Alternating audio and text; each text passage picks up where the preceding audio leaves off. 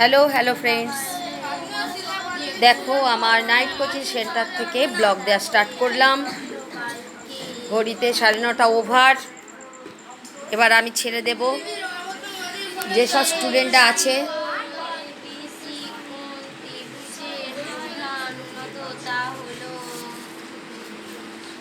দেখতে পাওয়া যাচ্ছে, তাদের একটু দেখাচ্ছি। পরীক্ষা আরম্ভ হয়ে গেছে।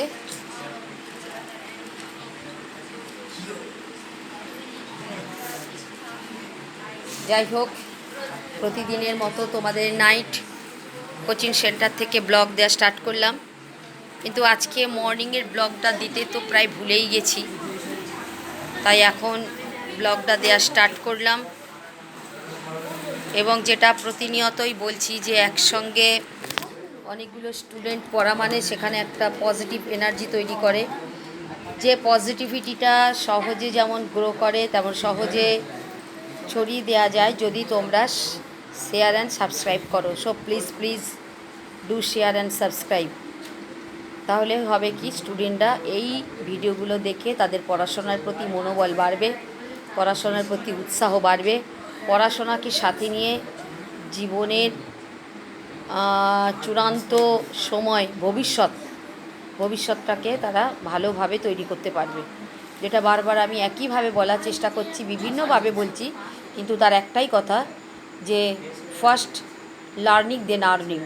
তার কারণ লার্নিং ছাড়া, উইদাউট লার্নিং আর্নিং ক্যানট। তাহলে লার্নিং ছাড়া আর্নিং কিন্তু সম্ভব নয়। Without learning earning cannot be possible. তাহলে সেখানে কিন্তু আর্নিংটা অর্থাৎ আগে জানাটা দরকার।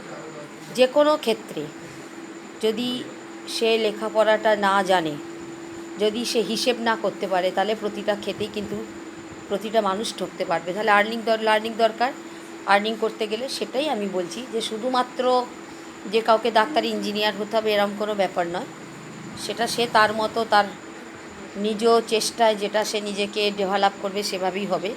কিন্তু জীবনে বাঁচতে গেলে অর্থ চাই, অর্থ ছাড়া মানুষ বাঁচতে পারবে না, কিন্তু তার জন্য দরকার শিক্ষা।